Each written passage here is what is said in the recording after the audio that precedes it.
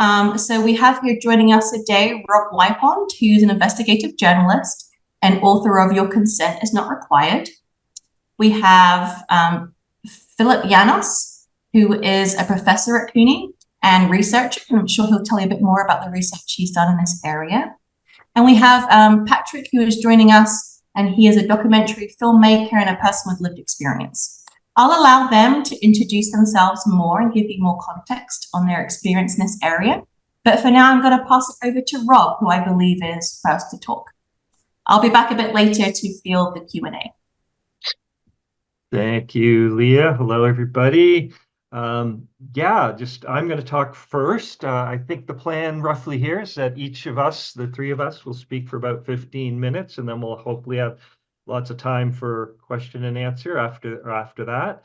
One of the reasons I was really motivated to talk about the topic that we're going to talk about today is because, in fact, I've been kind of avoiding it.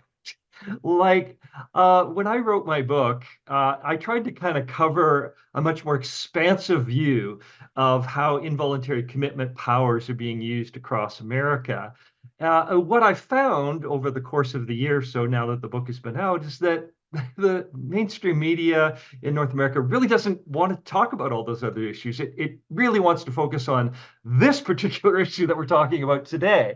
And I've tried to kind of say, you need to understand involuntary commitment powers in this broader context, and they really don't want to. So I kind of want to now answer in a more thoughtful way how I really want to respond to that question, and then I think Patrick and Philip will sort of continue to enhance and build on some of the themes that I'll introduce in my own talk. So I actually wasn't going to do a big presentation today, but as I was working about this and thinking about it, I really realized, I really care about facts and details and references and statistics, and I found some that would really kind of help today. So I am going to do a bit of a presentation, and those of you who've seen me before, you're going to see some new stuff today that I actually haven't shared before. So, all right, I'm going to start now. Slideshow. All right, so that's just my book. So this is what I kind of do in the book in a very general sense. So if you really want the details and references for this, you can get my book or look at one of my other talks online. But basically, many more people today, of course, we all know, are taking voluntary mental health treatments. But unlike what we tend to hear in the news media a lot, mental health laws have actually broadened. They've become far more aggressive right across the country. There are more psychiatric beds per capita than we had in the 1950s. They're just in other places now. The asylums have closed, yes, but private hospitals, group homes, there's also other places that people are being either detained or living in today. Involuntary detentions, wherever we can get data, they seem to be far higher than most comparable countries. Outpatient coercion, both legislated and kind of just implicit or extra legal, are increasing a lot. And then coercive mental health legal powers are being used in a huge diversity of situations in schools, with the elderly, 988 callers, veterans, workplace complainants, celebrities. So when you see there are all these cases, when you start adding them up, you realize how pervasive these kind of detention powers are really becoming in our society. And that's largely what my book is about. But what I'm finding is, and I kind of thought this would interest people, but there seems to be a way in which, there's a lot of resistance to really talking about this at a national level and increasing the national discussion. And what people are really interested in is this. And I call it sort of the dominant news media stereotype out there, a kind of prejudice. I'm making an argument that, in fact, it's largely has become a caricature of a person, really. It's like this person you can see in almost every news story about involuntary commitment these days. He's male, he's homeless, he's, quote, severely psychotic or schizophrenic, he's kind of maybe violent-ish, criminal-ish, that's usually thrown in some way.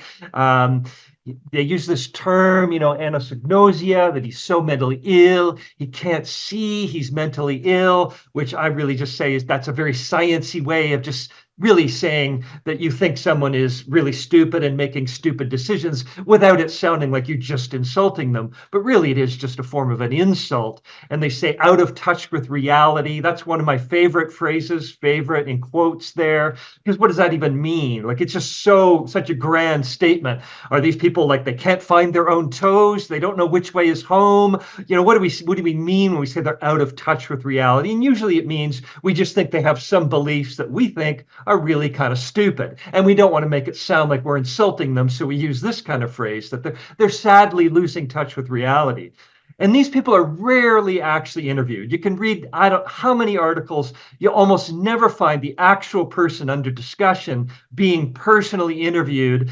And I think that's really significant because there's no attempt being made on the journalist's part to actually humanize this person, to actually connect with them themselves, first and foremost, but also to help the audience connect and really understand what's going on. And this is really common. And most often they're described by a family member. They're portrayed as, oh, this tragic, I care about my loved ones so much. And these people are never in any way questioned sort of in a more sort of critically, as in, well, what is the history here of your relationship with this person? Is there any history of abuse in the family, and so on and so forth? This is just not even asked. It's not presented as even worthy of concern, but obviously it is. And I found that in many, many cases of people I interviewed whose families were involved in some way in their commitment had really long and troubled histories with their own families. And this is rarely explored in these kinds of stories and articles.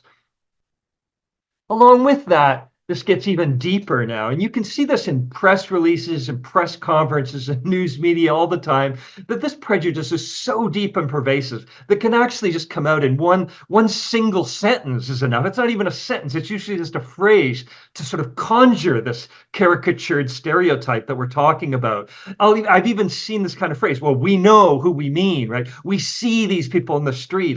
And this isn't just legislators doing this, or, if you can see this on social media all the time, this sort of prejudice people are very comfortable erupting into it. And they use a phrase like, oh, they were shouting on a street corner. You know the kind of guy, right? He was harassing people in the neighborhood. He's walking barefoot downtown, hearing voices and talking to people who aren't there, shadowboxing, pushed someone onto subway tracks. Sometimes I wonder, did you actually know this?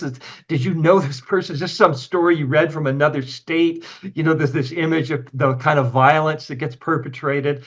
And so this is just really common. And again, I want to emphasize, often it isn't like you're getting a complex portrait of a person who's done all of these things. It's usually just that one sentence that is used to sort of conjure this person. And I just want to highlight again how the depth of prejudice it's really revealing, the kind of generalizing way in which this is becoming just common throughout our culture to be able to speak this way about this vast and nuanced and complex group of people who are homeless and maybe in very, very different ways struggling with very different kinds of issues.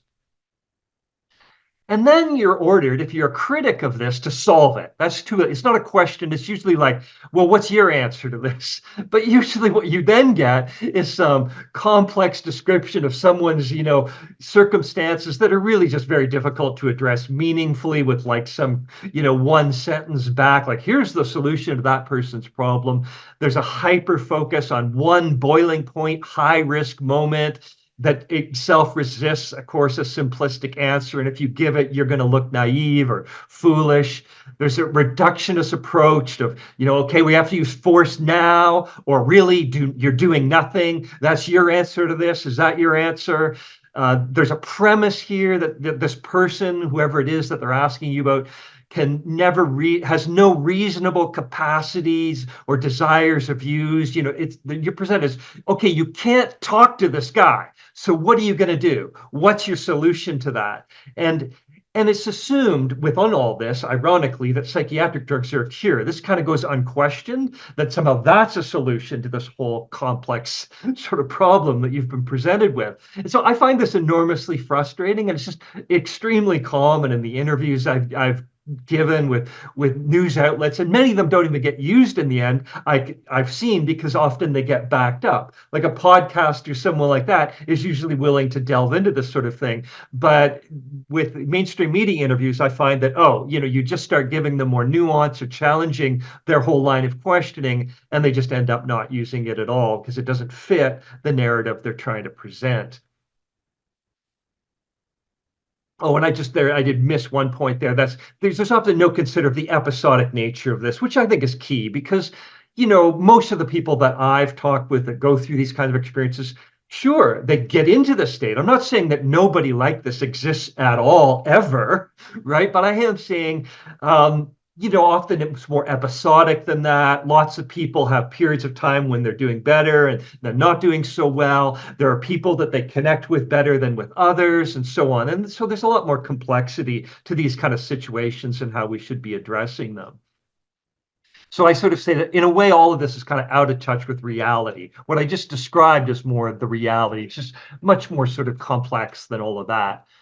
And of course, there are many solutions. And, we'll be talking about some of those through the course of this, but they're just more robust peer involvement in the system, more welcoming crisis care facilities. Right now, people hate them, but have a more respite kind of feel to them.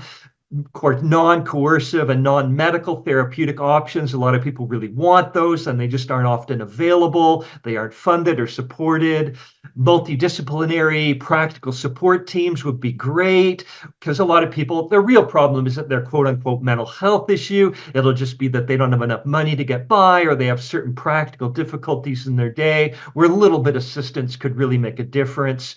And Housing First is kind of built on that model. And if it's done well with really robust supports, it can really make a difference. And I think it'd be great to give financial assistance to people that the patient chooses to perhaps be a home caregiver of some time. Be a lot cheaper than hospitalizing people. And home caregivers really are doing a lot of work right now. Some of them doing great work. And why not? Why don't we have some way to kind of financially support them, particularly if the patient themselves finds them really helpful? So behind all this, I want to say, do we actually have a largely trumped up mental illness problem among unhoused populations? That extreme caricature that the media is putting out there, I just don't think is real. I think it's out of touch with reality. I'm going to present arguments now on what I think is really going on, that I don't think any of this can be solved. There's problems, but I don't think they're mental health problems. And I don't think they can be solved by mental health approaches. So first of all, the whole thing about deinstitutionalization, that we closed asylums and all these people ended up in the streets, just isn't true. So there have been 23 studies in 12 Western nations that actually track deinstitutionalized patients. And they found that in the majority of studies, no single case of homelessness or imprisonment was reported from these deinstitutionalized patients. And in the other studies, it was less than 2%. So very small percentage of people who were let out of these large state hospitals and so on ever ended up homeless or imprisoned. They were transitioned usually into group homes, into supportive housing, into long-term care, and other types of facilities. So what's really going on? How exaggerated is this problem? Here's a great study just from last year. They did a survey of the homeless population in California. They found 82% reported a period in their life where they experienced a serious mental health condition. Depression, 69%. Anxiety, hallucinations, 23%. Okay, so here are the numbers we hear, right? Oh my God. People on the street sound like they're really, really mentally ill. Wow, these are crazy high numbers, right? They do sound really high. Okay, few problems with the numbers. There's no controlling for the impacts of homelessness itself. Of course, obviously, we can probably wipe out all the depression and anxiety, substance use, all of that right there, because we know homelessness is going to makes people crazy. They often include drinking and drug use as mental disorders in these numbers. And are they actually? They exacerbate diagnostic inflation a lot, and I'm going to get that to the moment, because they're just using actual general surveys here. These are not sort of people being sat down and diagnosed in some formal way. They're really generalized surveys, very general questions. They use lifetime prevalence rates. Notice that. experienced a serious mental health condition, right? Not a mental disorder, not diagnosed, a condition at a period in their life. So we're talking about lifetime prevalence rates. Well, those are much higher in the general population too. I'll get to that in a second. And they're not comparing. So what are the comparisons? Lifetime prevalence of mental disorders today in the general population range from about 61% to 80%. So we're actually seeing the same or even somewhat lower rates in homeless populations. The numbers just aren't very reliable is really what this comes down to. And the lifetime prevalence of hallucinations in the studies I've looked at range anywhere from 15% to 80% of the general population. So again, we would actually expect to see these kinds of rates in homeless populations. I'm not saying it's a good thing. I'm not saying it's meaningless. I'm just saying, yeah, it doesn't look like homeless people necessarily are more mentally ill than the general population when we start actually comparing the numbers. Here's one of the most formal studies. It just came out 2 months ago in JAMA Psychiatry. So they found lifetime prevalence of mental disorders at about 77%, same high number. Then psychosis and schizophrenia, these sort of objects of concern, much, much lower than that. So again, these were just broad screening tests in most of these studies. So again, the rates would be comparable to that survey and to the general population surveys. So really not telling us a lot, just saying, yeah, we kind of see similar rates if we survey general populations in this way. So again, I'm not saying nobody in the street is really struggling, perhaps with something like a schizophrenia or psychotic-like experiences. But again, what are those real numbers? We don't really know. So what's really going on? The real driver here is policing unhoused populations. So look at these numbers here. US cities passing bylaws against sitting, against lying, against camping, against loitering and loafing. These numbers going up, up, up dramatically. Over half of cities have some sort of ban. Most cities have multiple bans. In Los Angeles, they have 21 different bylaws against homeless populations. San Francisco, 24. So and what happens there? You get an enormous amount of third-party complaints coming in as well. This is a fantastic paper by this guy from Chris Herring from UCLA. So in San Francisco, we see the homelessness population increased only 1% between 2013 to 17, whereas 911 complaints increased 72%, 311 complaints about homelessness increased 781%. So basically, third parties, people in the public, are becoming much more annoyed by homeless people and are calling in complaints a lot more. If you look at those numbers, there's 26 complaints per year per homeless person. A very aggressive. You basically cannot be homeless without getting 911 called on you. And they found in the study that was actually just burden shuffling. They were displacing people. Police would show up, just get the person to move along somewhere. And so this was making the poverty even more visible, creating even more complaints. This is going on elsewhere too. So Disability Rights Oregon found that in 1 year, more unhoused people in Portland were arrested or psychiatrically detained, actually detained now, not just pushed along, but actually detained or arrested than the federal homeless count even found in the city. So this is really common across the country. And the DOJ has had these civil rights division lawsuits where they're finding tens of thousands of people are being locked up because there's a lack of supportive housing for them. They're just being continued to be held in institutions. This is going on around the country. So why is this, what I've just talked about, not a favored public discussion?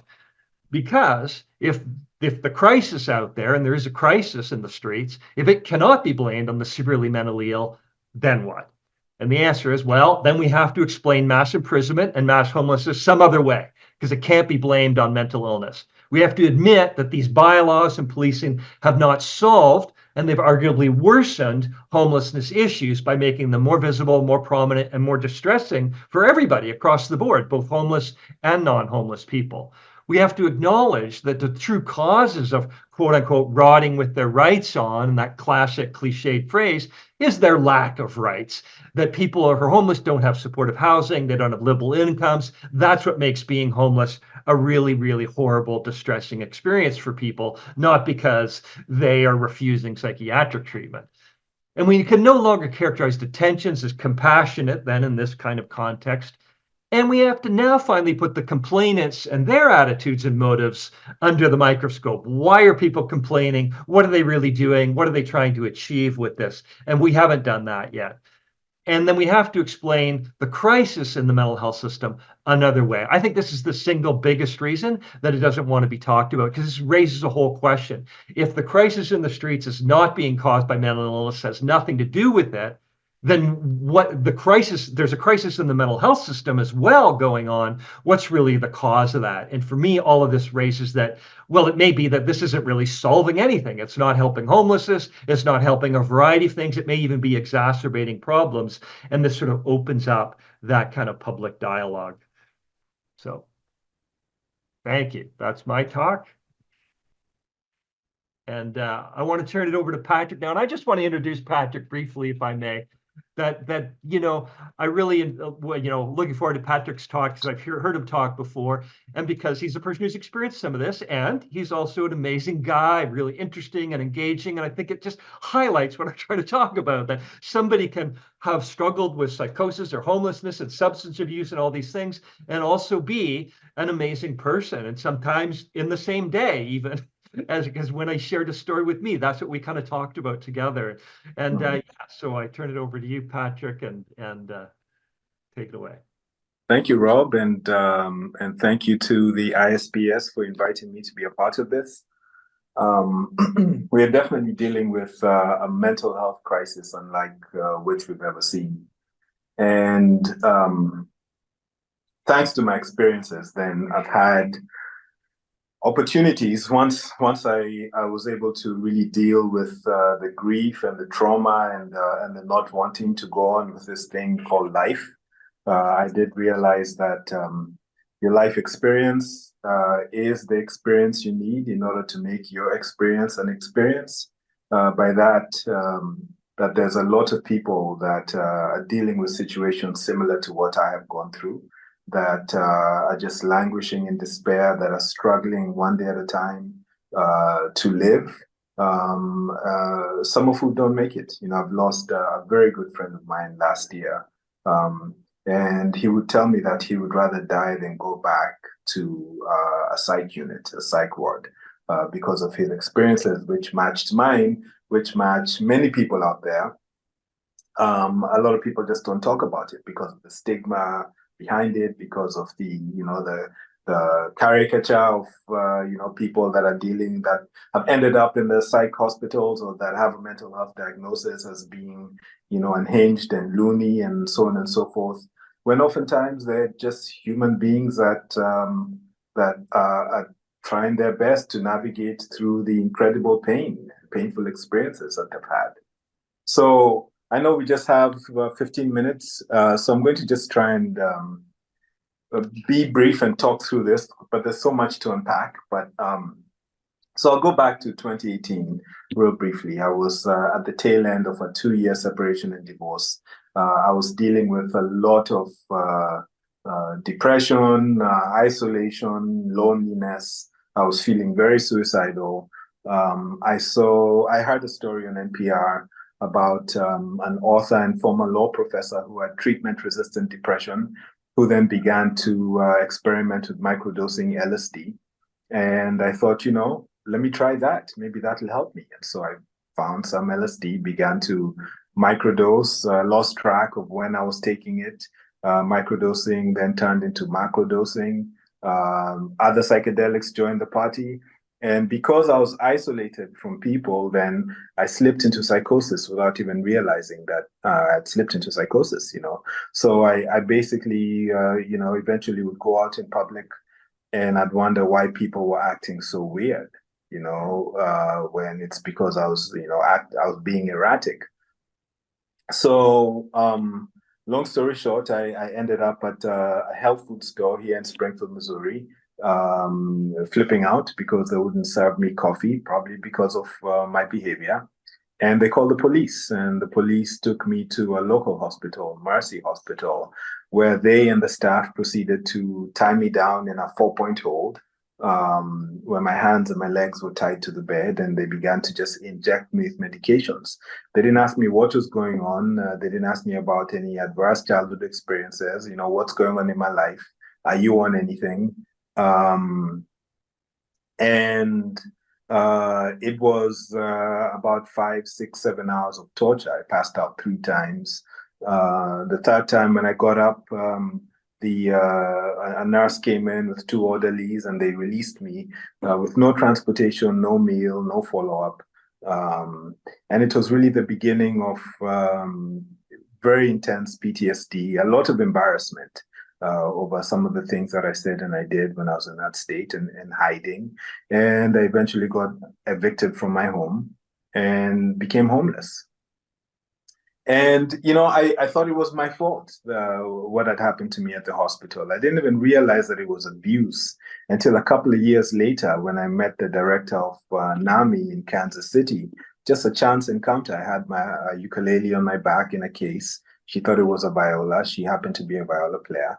And I told her about my experiences at Mercy, and it made her emotional. And she told me, you know, you were abused. So I set up an anonymous account on Twitter, and that's actually when I met you, Rob, and began to call out Mercy Hospital for what they did. And they eventually put me in contact with a director of patient relations at Mercy. And I was able to, you know, she invited me to Springfield. I was in St. Louis at the time. I shared with her everything that happened. She couldn't believe what had happened. And that's when I realized that a lot of the higher ups in the hospitals don't know what's going on in the emergency rooms and their psych units, and a lot of people in the community don't know about some of this abuse that goes on in these hospitals and the psych units. And it really is devastating, because people that show up just at their wits' end, you know, having had a breakdown of some sort. Unfortunately, where I live in Greene County, we have really high rates of domestic and child abuse and drug abuse. So people that are victims of that show up in these hospitals, and their boundaries are further violated. You know, they're held in these 4-point holds, they're forced medications, they deal with physical abuse if they resist, and then they are kicked out. And they're held indefinitely. So some of them end up losing their jobs and then losing their homes and so on and so forth. And so it's a small wonder that, you know, according to a study by JAMA Psychiatry, the rate of suicide post-psychiatric hold is over 100 times the global average. And this is for people without suicidal ideation. For folks with suicidal ideation, it's over 200 times the global average. So a lot of these hospitals and psych units are actually contributing to the high rates of suicide in their communities because of their policies. Yet, if they just change a little bit of their standard operating procedure, as Mercy eventually did, Mercy has now made it mandatory for staff and patients in the emergency room and the psych unit to attend nonviolence and de-escalation training. They have done away with 4-point holds, and they involve the patient in their medication, in their recovery, so that they don't force medication. And I know this to be true because I now have an open invitation to go and play music for patients in the psych unit at Mercy Hospital. Every time I've gone there, I ask them what the experience is like. There's no staff there. And they say they're treated respectfully. And some of them have had experiences in different hospitals. And they say this is the best place that I've been to in terms of how they treat us. Now the food sucks. They say that you know, there could be maybe better paintings on the drab walls, and you know, maybe some music playing that is soothing, kind of in the background, whatever. But it is a positive step in terms of how people in distress are treated. So while I was dealing with Mercy, because it was a drawn-out affair, I began to have flashbacks of what happened, nightmares. I couldn't sleep. I began to, again, self-medicate with copious amounts of marijuana. And I ended up slipping into psychosis again. And you know, during that time, someone called the police to do a wellness check. And I ended up being taken to a hospital in St. Louis and Vincent de Paul. I filmed a video during that time. I had my phone on. I was kind of filming the whole process. So I would like Leah to play the video. But before we do play it, just a trigger warning. There's some things that might trigger some of the people in the audience, especially those that might have gone through similar experiences or have loved ones that have. It's about 2.5 minutes long. So just to give you the heads up. So Leah, you can go ahead and play that. He was following orders. Why the fuck is that happening? And the best lawyers in Springfield are ignoring me when I'm calling them. Why? Because a nigga's homeless and doesn't have value? You better recognize, bitch. This is your pain talking to you. Now it's gonna sing to you. And you're gonna dance until you cry. And thank God that you found out that you left. FEMA has an issue because you felt that sensation and they're bringing the bed. Hold on before they take me. Don't let them take me until I finish the song. When you finish the song, we're gonna discuss it. We're gonna discuss it. No, we're not gonna discuss it. Hey, chill. Hold on. Got you wrong like dough. Get your daily bread. And in the heat you rise. You gonna tackle me? Okay, watch guys, watch close. Gonna roll like a nigga play the music. Don't touch me. No, you don't gotta touch me. Why? Why do you have to touch me, sir?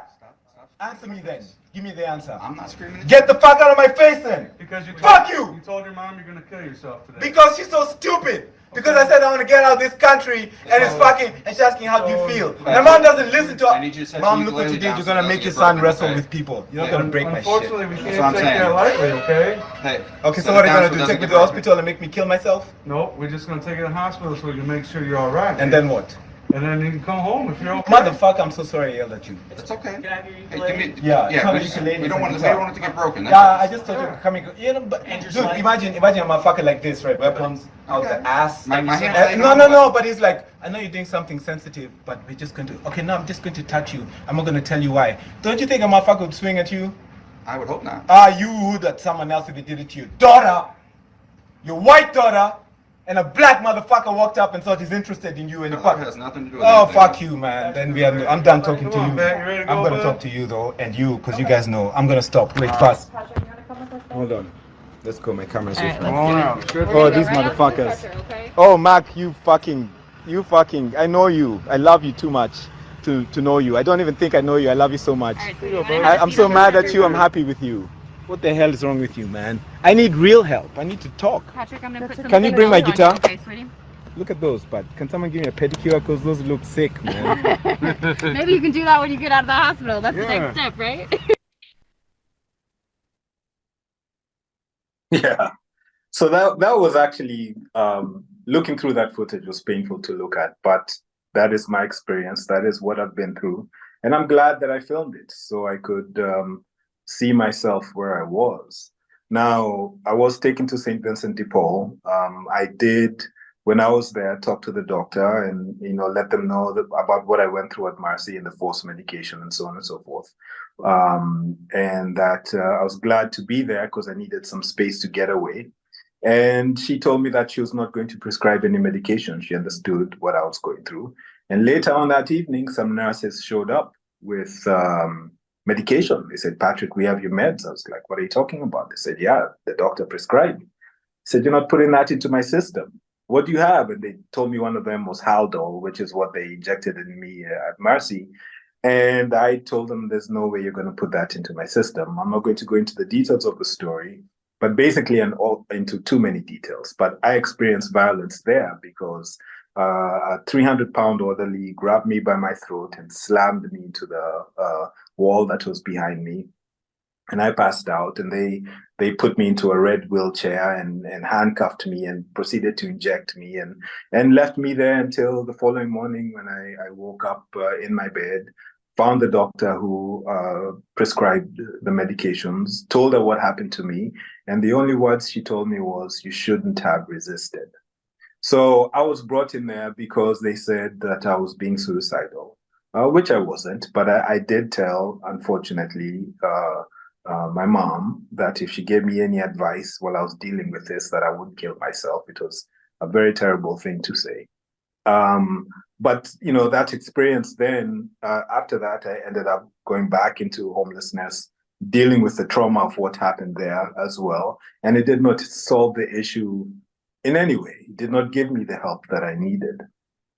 There was a caricature of being violent. I mean, you look at the footage and you see someone acting erratic. But what was difficult for me to see was not necessarily looking from the outside at myself and just the rambling that I was kind of engaging in this, what was about a 20-minute video, but it was the pain behind what I was talking about. It was very painful to watch, and I didn't feel like I was getting a place where I could unpack it and really talk about it and really explore it. And it just welled up within me, and I began to self-medicate, and I was, and it just led to just repeated cycles of traumatization and dare I say violence. And honestly, it was having shelter that is what helped me, staying in some homeless shelters in Kansas City. Friends of mine that are friends of mine to this day and will be for life in Kansas City, David and Garrett, my sister here in Springfield, Missouri, that offered me a place to stay. Friends of mine that checked in on me when I was at my lowest points. Those are the reasons that I'm here today, and that I didn't make the decision to end my life. And so, this has led me to three conclusions, which is, the first is that loneliness is the cause and the sustainer of mental illness. And it really does take a village to heal. It's not a matter of putting someone in a box and forcing medications on them and then kicking them out. That does not heal them. Now, there are times when medication is necessary. I'm not saying it's not necessary or that hospitals and psych units are not necessary, but they do have to treat the people that come there with patience and hospitality. Otherwise, what are they doing? They're actually making the problem worse. And the smallest gesture will make a difference, which is my final point. The smallest gesture will make a difference. It's the kind acts of love that people offered me, the small community that I have that are my real friends, that crisis revealed. That is what keeps me going. And I can remember when I was in my darkest points, looking for someone to speak to me where I was and not being able to find that. And so moving forward, that is my desire, to speak to people that are in these low places, because oftentimes it's very sensitive, very intelligent, very gifted people that are like canaries in the coal mine of an addicted society.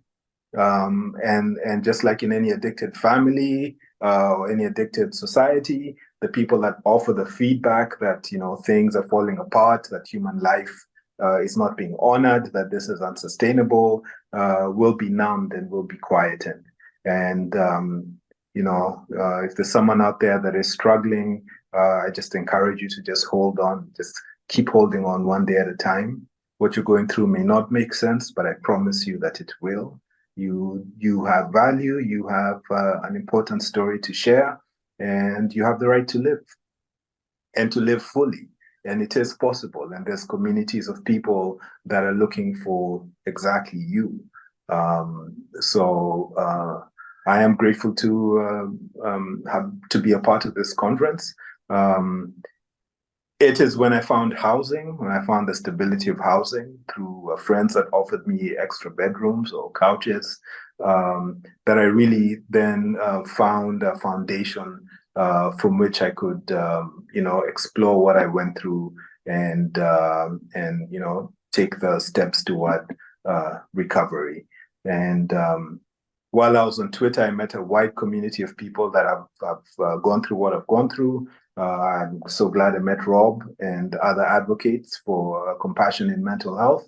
But I also found alternatives to psychiatric care, such as Soteria House, which are homes, nondescript homes in neighborhoods that are staffed by people who've dealt with psychiatric abuse, where people in distress, even dealing with psychosis, can come and stay, can have nutritious food, access to a therapist, access to a psychiatrist.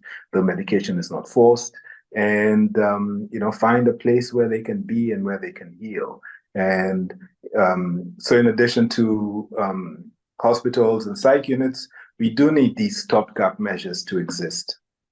There's only one Soteria house in the US in Vermont, and it houses 5 people in a country of how many million, right? Yet we are dealing with the evidence is there that people have more and more cases of stress and anxiety. So we do need more such places to exist, especially because the cost of staying in a Soteria house for 1 week is way cheaper than the cost of staying in a psych unit for 1 day. And the benefit to the human being and their psyche is tremendous. So I believe I've reached the end of my time, and I do thank you very much.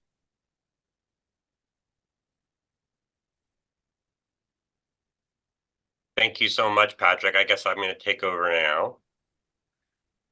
I want to thank Leah for the invitation to be part of this, and I want to thank Rob for his journalism and advocacy work, and I want to thank Patrick for sharing his bravery in sharing powerful personal stories. And ISPS is a interdisciplinary organization. We don't always kind of share the same perspectives, but we're trying to come together. And so I'm here representing the clinician and researcher communities, which are a bit less, maybe emotionally engaging than some of what has been shared right before me. But I hope that this is all going to complement. And something that Patrick said that I want to just echo, that I think what I'm going to talk about is related to, is he said that he was looking for someone to speak to him where he was. And this is something that therapists who are trying to form therapeutic relationships with people can do, and the question I'm going to talk about is, how do you do it when you're working within these coercive systems that have become so prevalent? So let me share my screen.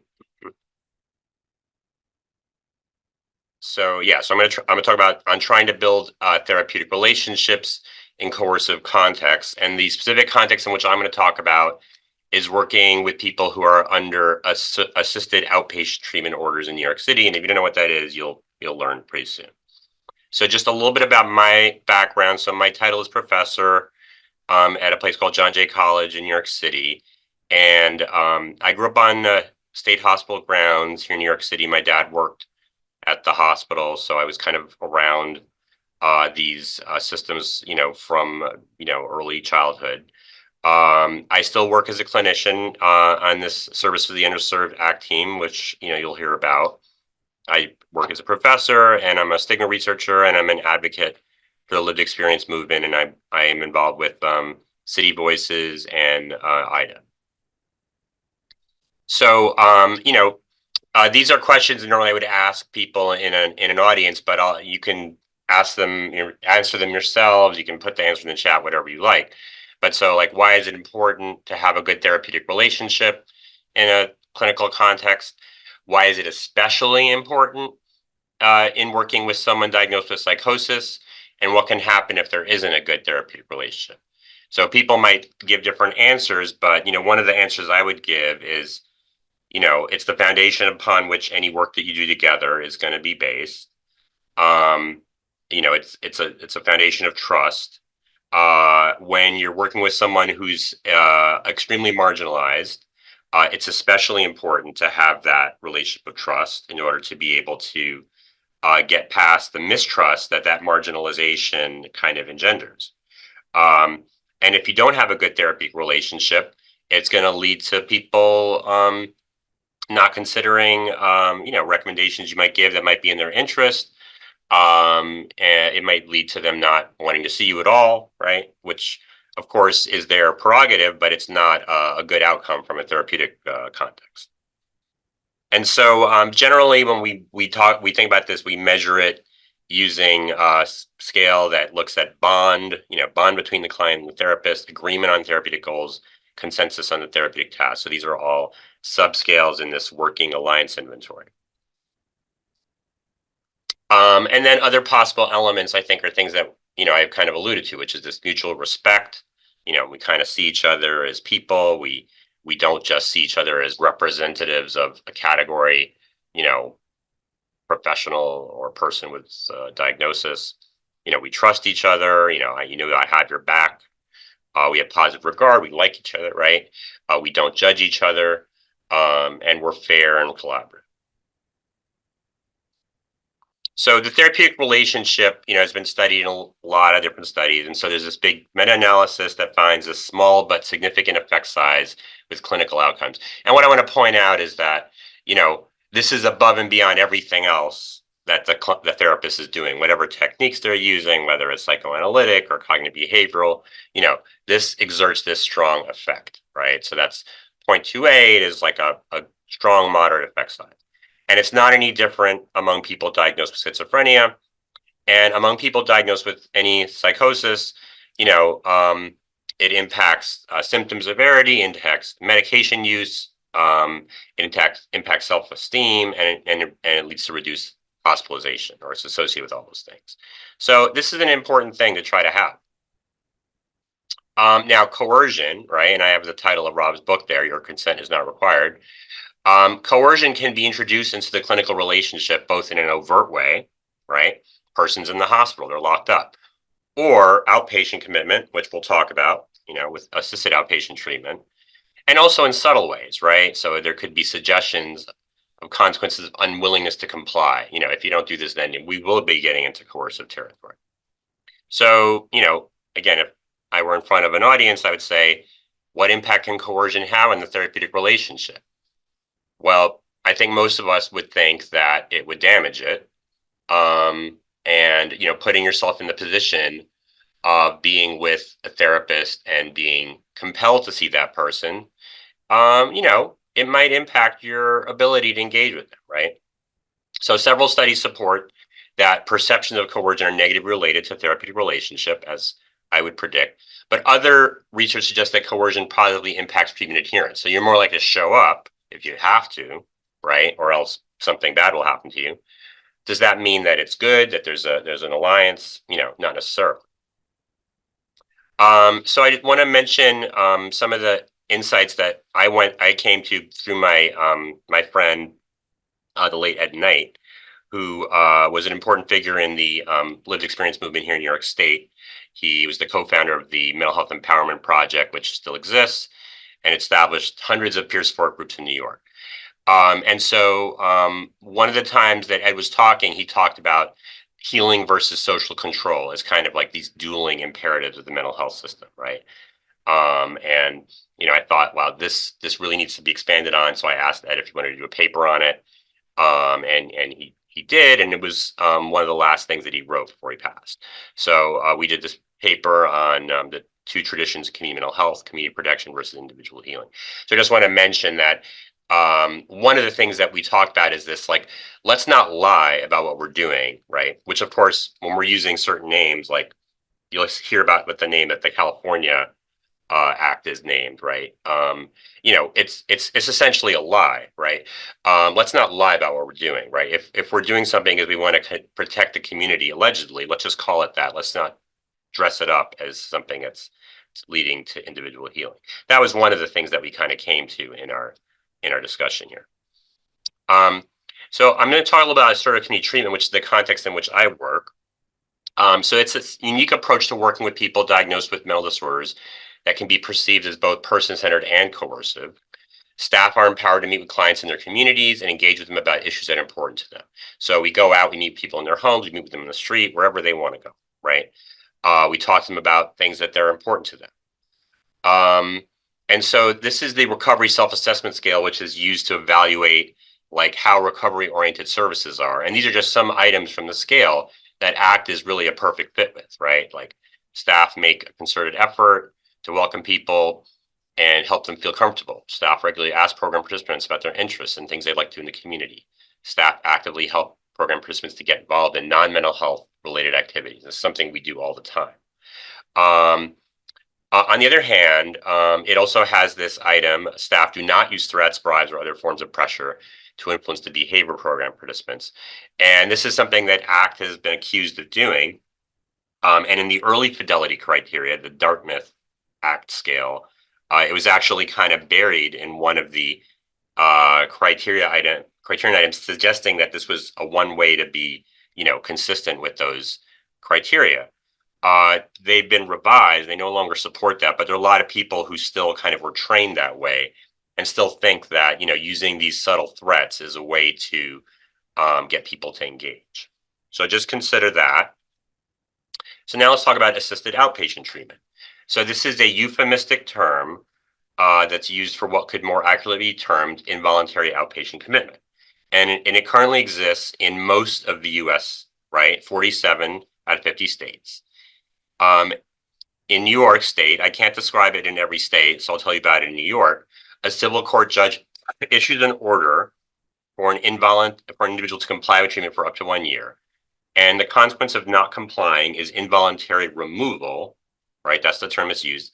And then observation for 72 hours, a 72-hour hold, with the possibility of involuntary admission following that if the hospital, thinks that it's needed.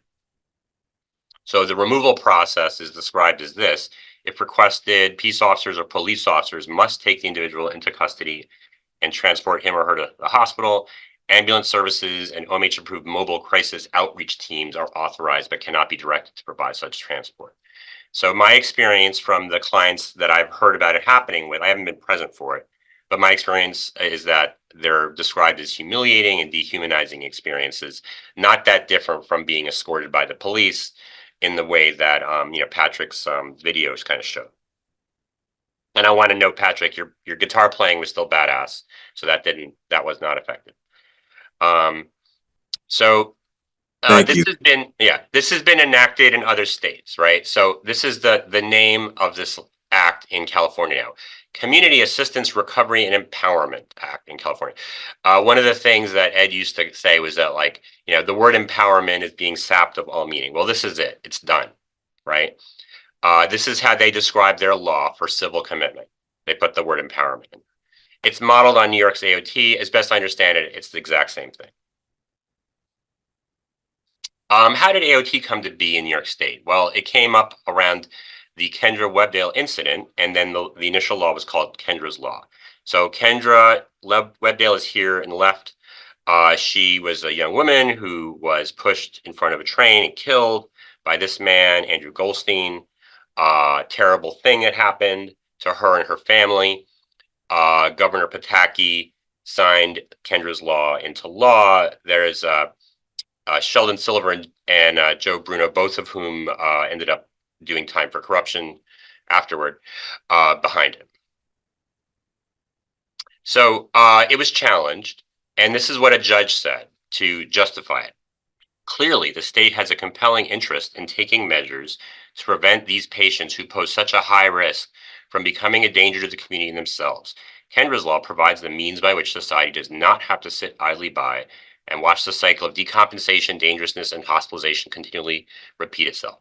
So clearly this judge thought this is about dangerousness. We're protecting people, right?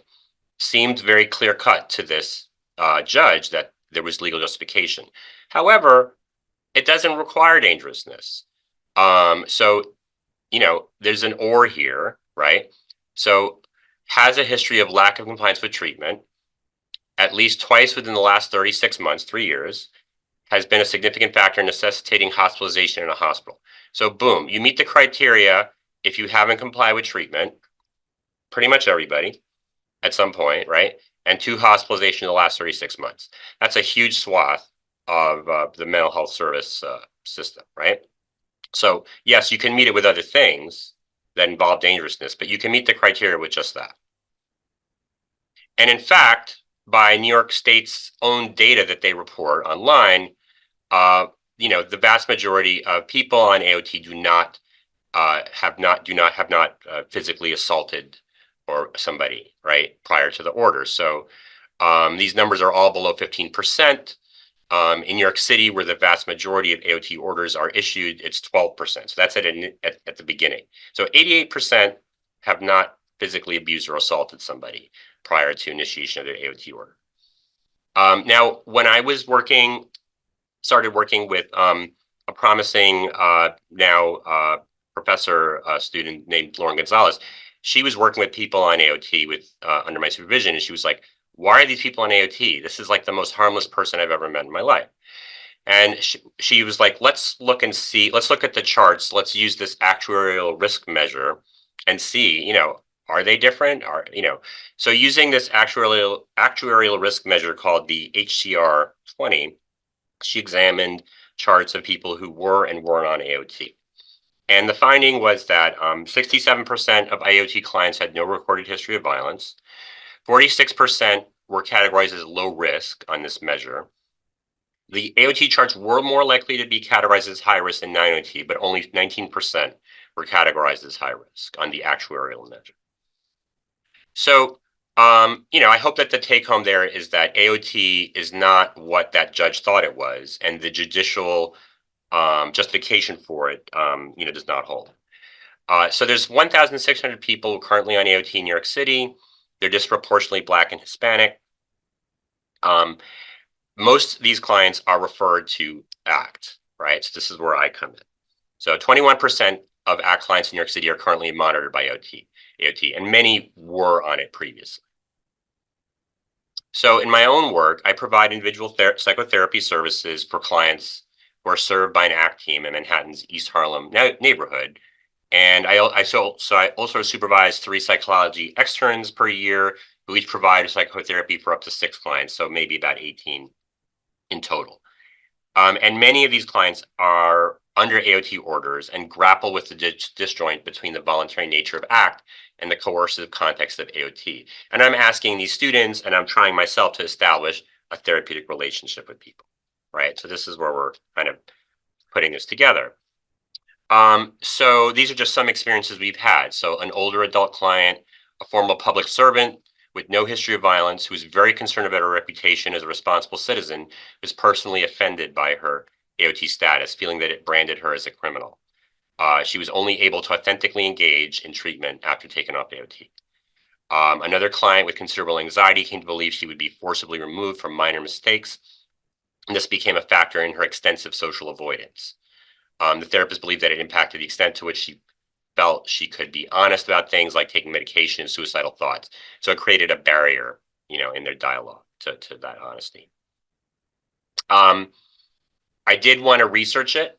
So we did do a study where we looked at people who were on AOT and served by the ACT team and who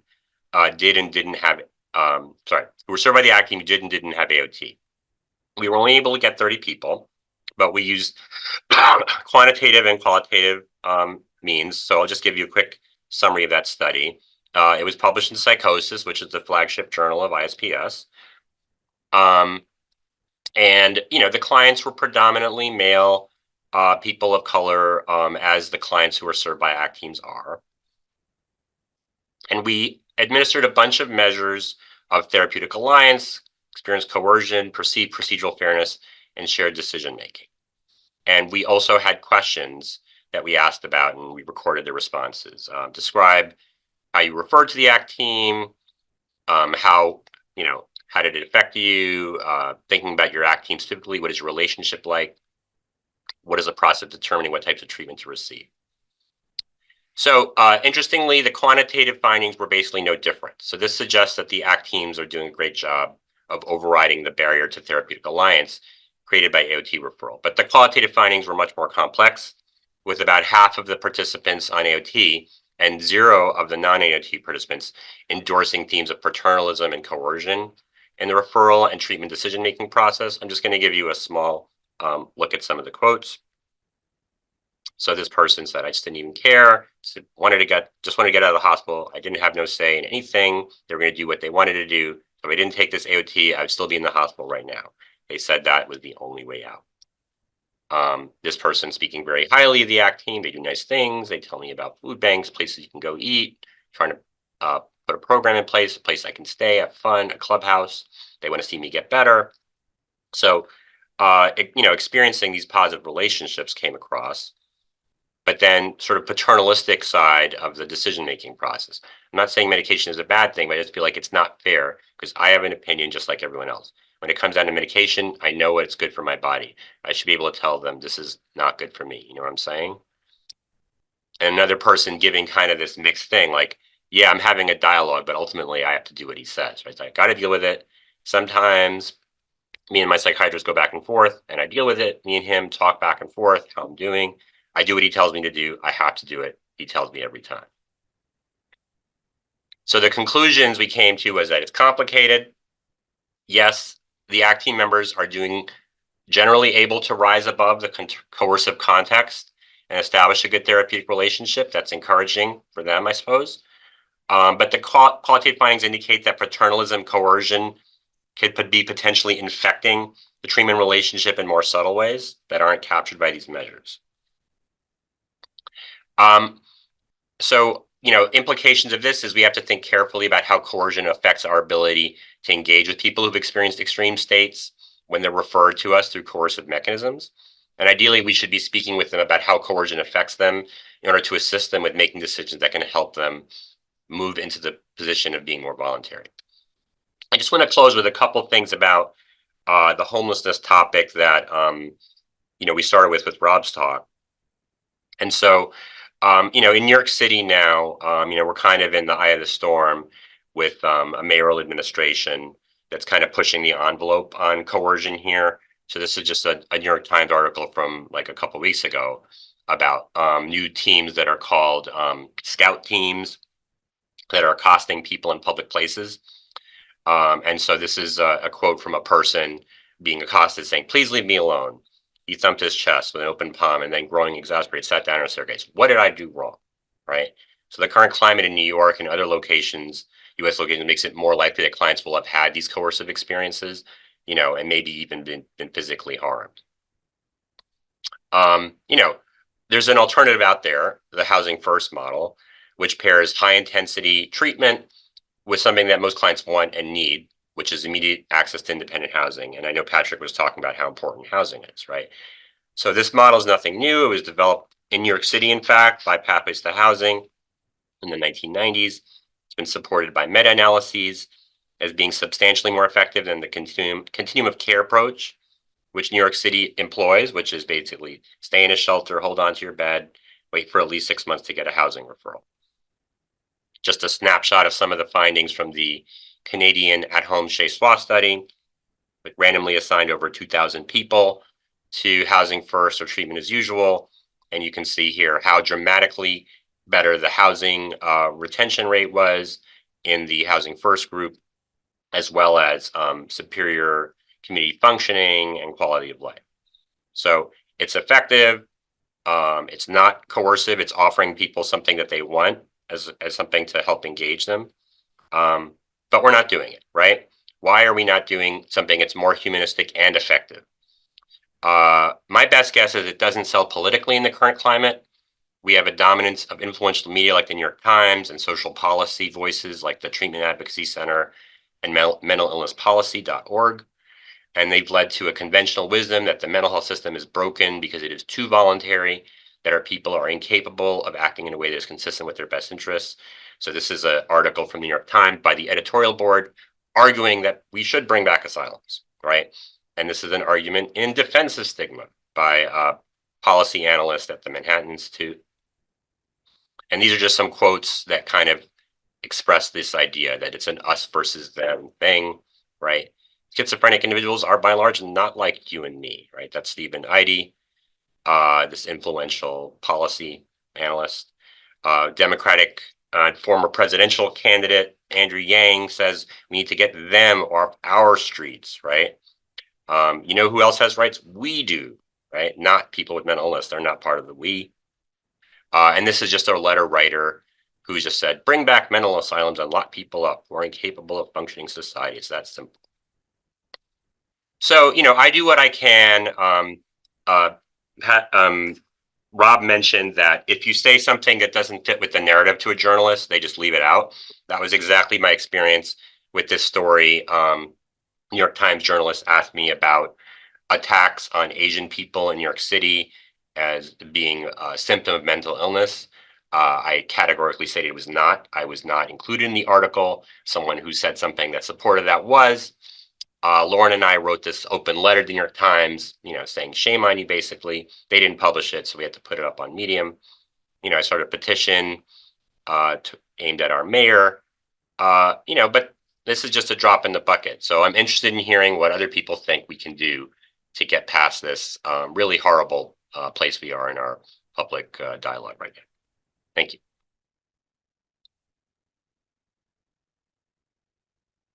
Thank you so much, Phil, and thank you so much, Patrick and Rob. Round of applause. That was an incredible array of presentations. And this is the one thing I love, and I know I'm biased, but one thing I love about ISPS-US is that we're bringing together these really diverse perspectives and all learning from each other and enriching each other's perspectives and understanding. So thank you all. And I really do want to give a special thank you to Patrick for sharing something that is so incredibly vulnerable.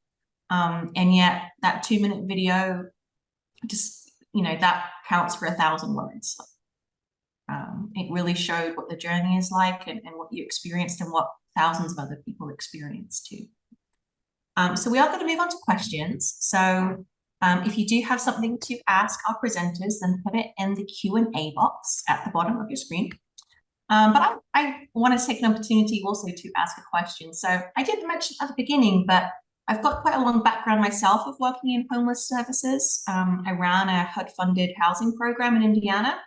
And also I experienced homelessness as a child with my mother and later as a teenager. So one thing that comes to mind, and it would be remiss of me not to bring this up with Dr. Yanos here, is the issue of stigma and how that is embedded within homelessness services. So I'll just give you a brief example. One thing I heard a lot from my staff and from other homelessness providers was, we are not the right place for this person, as in someone who's experiencing extreme states of psychosis. And that might come up because somebody's talking to themselves, or they're doing strange things. Like one example was a woman in our shelter was moving paintings around related to, ideas she was having in her head that didn't make sense in the consensus reality. So I'm curious, Patrick, from your lived experience of homelessness programs, Phil, from your research, Rob, what you've uncovered, how does stigma play out against homeless people within the system?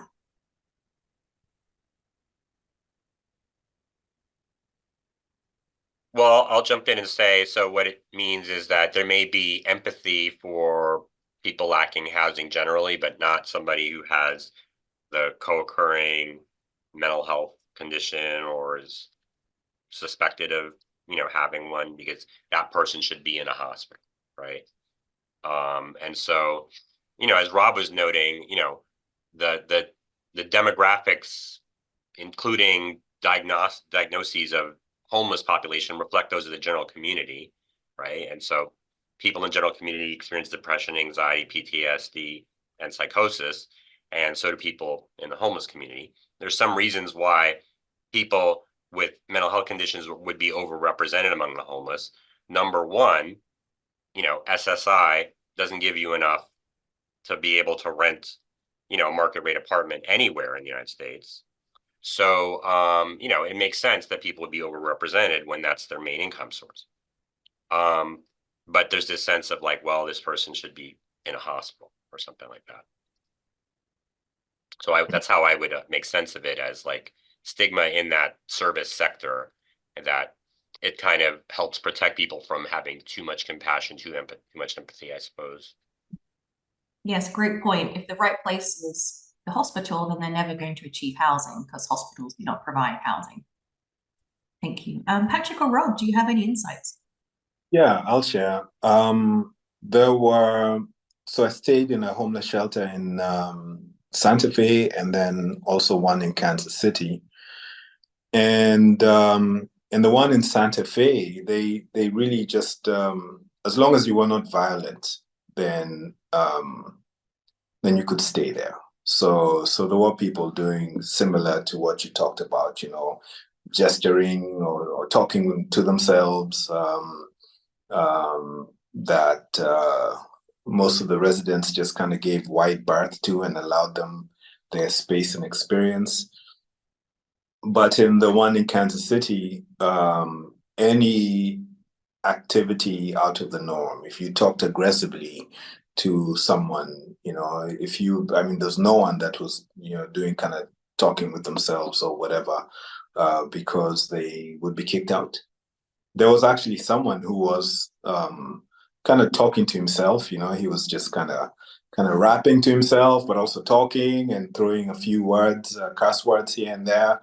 And all of a sudden, another person got in his face and was like, "You better shut up!" And that guy was confused, and he like got up like he needed to defend himself, and he was like, "Who are you? What are you doing?"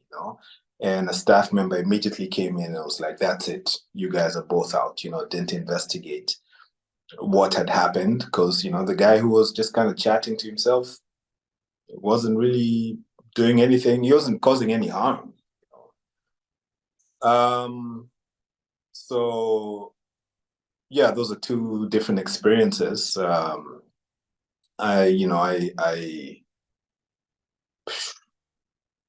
me again what the question was. Well, I think you just answered it perfectly, Patrick, was, how does stigma play out within actual homelessness and, Well, how does it treat this issue? There you have it. Yeah. Yeah. Yeah, and I would just add to that too, like I don't even call it stigma anymore, like that kind of thing that Patrick's describing, or that Philip talked about so well was, I call it bigotry. It's beyond like the stigma in the ways the thing you might feel as the person who identifies as mentally ill or something in society, but really what you're being handed is bigotry in the general population now, and it's really getting harsher. And I feel like I liked what Philip said about how, hey, let's just be honest about what we're doing here. And I think that's really important. Like, let's stop calling this helping. Let's call it, this is something that's motivated by a mix of fear and hatred and bigotry, often for social control purposes. And at least if we start naming it, then we can have a reasonable public dialogue about, okay, like if that's what it is, then let's see about like how, what we should be doing here and how, is there a community protection element of that that's justified or not? And, and so on and so forth. But right now we're just sort of lost in naming it as one thing and doing something else altogether. Thank you. Okay, I'm going to move on to some audience questions. We've got a few here. So the first one is, my son has been in and out of psych wards due to chronic iatrogenic mental illness since childhood. It is undeniably abusive and violating him in Canada, much like Patrick described. PTSD from hospitalization is real, and my experience that it's not improved in 20 years. We've faced a real lack of housing and supports in Ontario, Canada. Group homes we found were exploitative. I have since rearranged my life to care for him, and there are many like myself who feel we don't have other options. Do we currently have any models for supportive, not stigmatizing housing for at-risk people? I'd like to see a model we can build on. Are there any solutions being proposed as serious mental health problems are exploding? Yeah, I talked a little bit about Soteria houses just because I felt like they do provide what people in distress need, which is a bed, a meal, staff members that they can talk to whenever. If someone has, the delusion that, say, the devil is going to come to the city square on Thursday night at midnight to take over and I need to protect humanity, they're not promptly medicated. A couple of staff members will go with that person to the square on Thursday at midnight, and they'll hang out and, they'll see that, okay, this hasn't happened. So they lovingly challenge these delusions. But like I mentioned, there's only one Soteria house in the entire country. I'm actually in the process of trying to set up a Soteria house in Kenya, where I'm originally from. And based on the success of that, then set up more in other counties in Kenya. And I ultimately would like to see at least one, probably, we need more than one here in the Ozarks where I live. and to advocate for the setting up of soteria houses in really every city in the US, because the need is there. And it's quite apparent that these hospitals and psych units are not really addressing the issues that people are facing. So that's my intention moving forward. I hope that answers the question. Thank you. Yeah, and I'll just Rob? add that there's soteria, that would be the kind of the most person-centered approach, but we have other kind of crisis respite places that, you know, we were able to get those established in New York City through advocacy from, you know, many important people like Celia Brown and Peter Stastny, right? But you know, they're not the same. You know, they're still professionalized. They have a time limit on how long you can stay and things like that. But it is better than a hospital. I know someone recently stayed at one who had a great experience. So.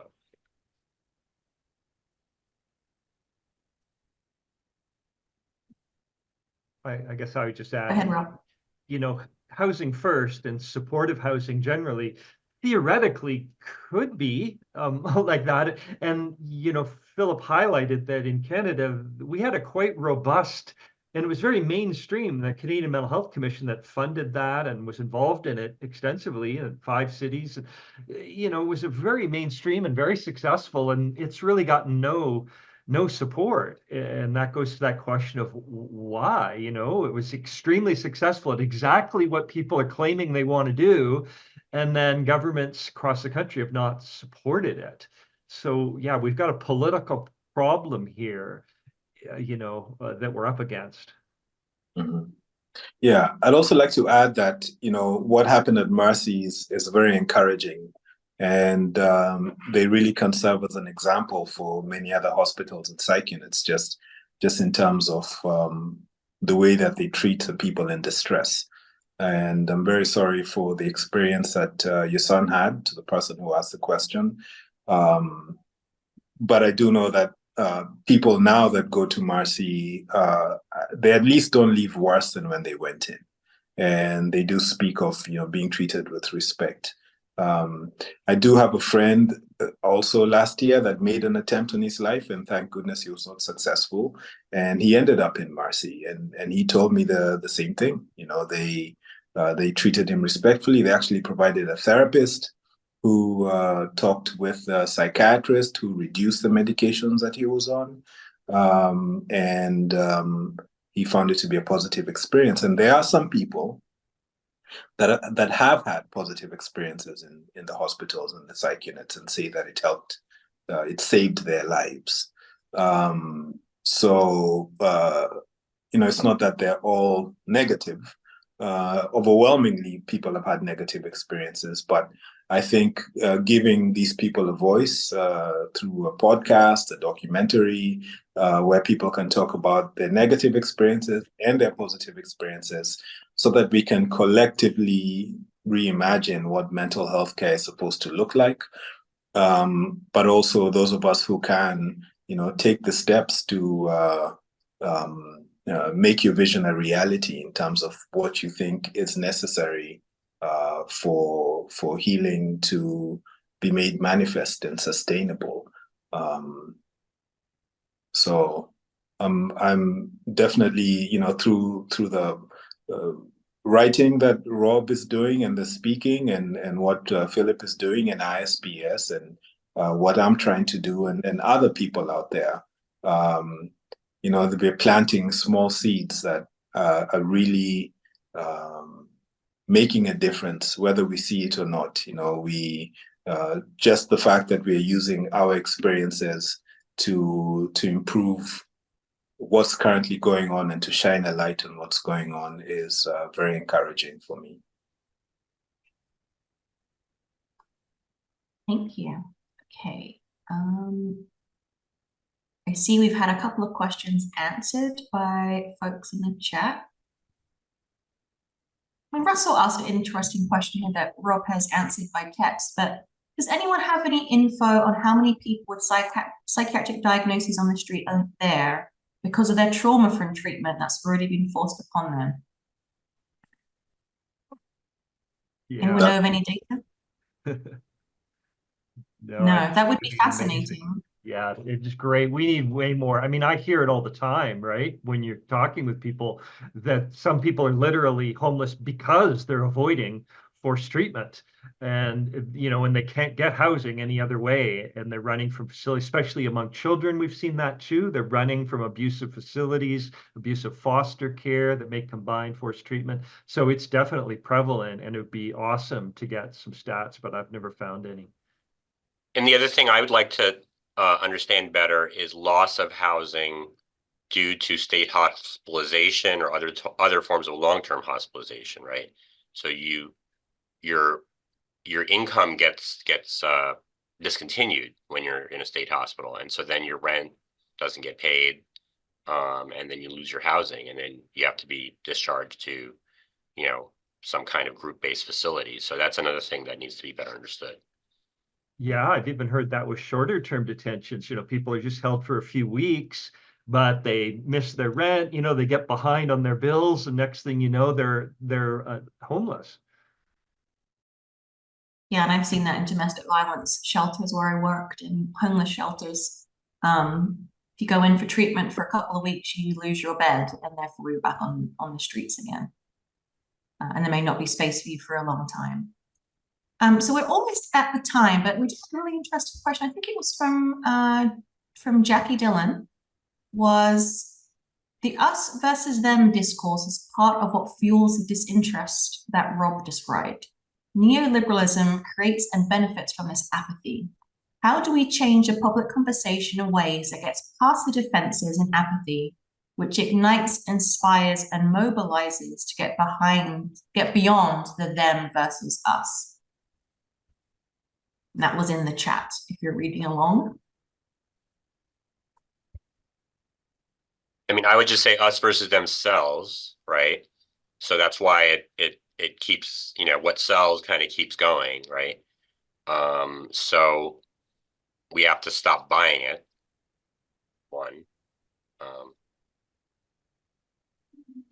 Yeah, I also think something very interesting has happened in that there have been these very extensive efforts, and certainly in North America and I think elsewhere, to normalize mental illness, to normalize mental health problems. Everybody can be mentally ill. Everybody's on a spectrum. All this kind of education is going to, somehow that has not in any way helped.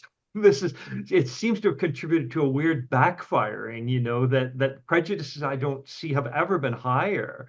And so I'm not answering the question as in I have a solution, but I do think it's important to observe that there's something so deeply embedded in us where I think it's maybe we're afraid of our own breakdowns in a way that we don't ever want to think of ourselves that way. And then we do, it's like we almost cross ourselves over into another category. It's like there's a strange way in which our society is just not able to kind of go, hey, everybody's on a spectrum of something and let's all just help each other out here, and not label it, not pathologize it, not in any way bring in the stigma and bigotry that then comes in, you know, but instead we've just expanded the amount of labeling going on. And with that, the us and them just seems to have become more all pervading in our society. So I really, in my mind, it's almost getting away from mental health diagnoses altogether. I feel like they're part of the problem. It's more just understanding, hey, are people struggling? What would they find helpful? And helping them in that way. Mm. Yeah, I think also, yes, it's definitely not us versus those that are categorized as mentally ill. But, you know, when I was doing some research, I found out that one of the professions with the highest rates of suicide are doctors. And that's because they work in an indifferent system that pushes them to make profits. A lot of people become doctors because they have the desire to be present for others and help them to heal, but they're really just pressured to see as many people as possible, so you don't have the time to cultivate the relationships. If you share that you're dealing with stress, anxiety, mental health issues, you're ostracized, you're subjected to drug tests, you're basically, makes a lot of these people in the medical profession hide what they're going through, and end up self-medicating, dealing with more and more stress and anxiety, and then unfortunately taking their lives. And that made me realize that, even the experiences of abuse that I had in these hospitals, a lot of the staff members are severely stressed. They're dealing with a lot of stress and anxiety. They don't have a lot of outlets. And they're really just being pushed to just keep serving the money making industry that they're part of. So maybe the us versus them is really collectively us human beings versus the money making juggernaut that is profiting from people's pain and is not promoting psychosocial approaches to psychosis, which is really a manifestation of pain, and then the individual tries to escape this pain through various ways, and then they are given a diagnosis and told that they're supposed to take these drugs for the rest of their lives because there's billions and billions of dollars being made. And so in my estimation, it really is a human rights issue, and very sensitive human beings' lives are being torn apart because there's money to be made, which is not fair and should not be. Thank you. Well, I couldn't think of a better way to end this fantastic presentation from you all than what you just described there, Patrick. And there's been a lot of energy in this room, a lot of passion in this room, and I know there were a lot of folks today who couldn't join us. That we'll be sharing the recording of this webinar. And please do check out ISPS-US. We are a base for connection and support for those of us who feel this way and see these systemic issues. So again, thank you so much, Philip, Patrick, Rob. Thank you all so much who joined us today for contributing and sending some great questions for us. Patrick has put his website in the chat, so please take a look at that. And I hope you will join us for our next webinar and our next educational offerings. Bye, Thank you. everybody. Thanks, Leah. Bye. Thank you, guys.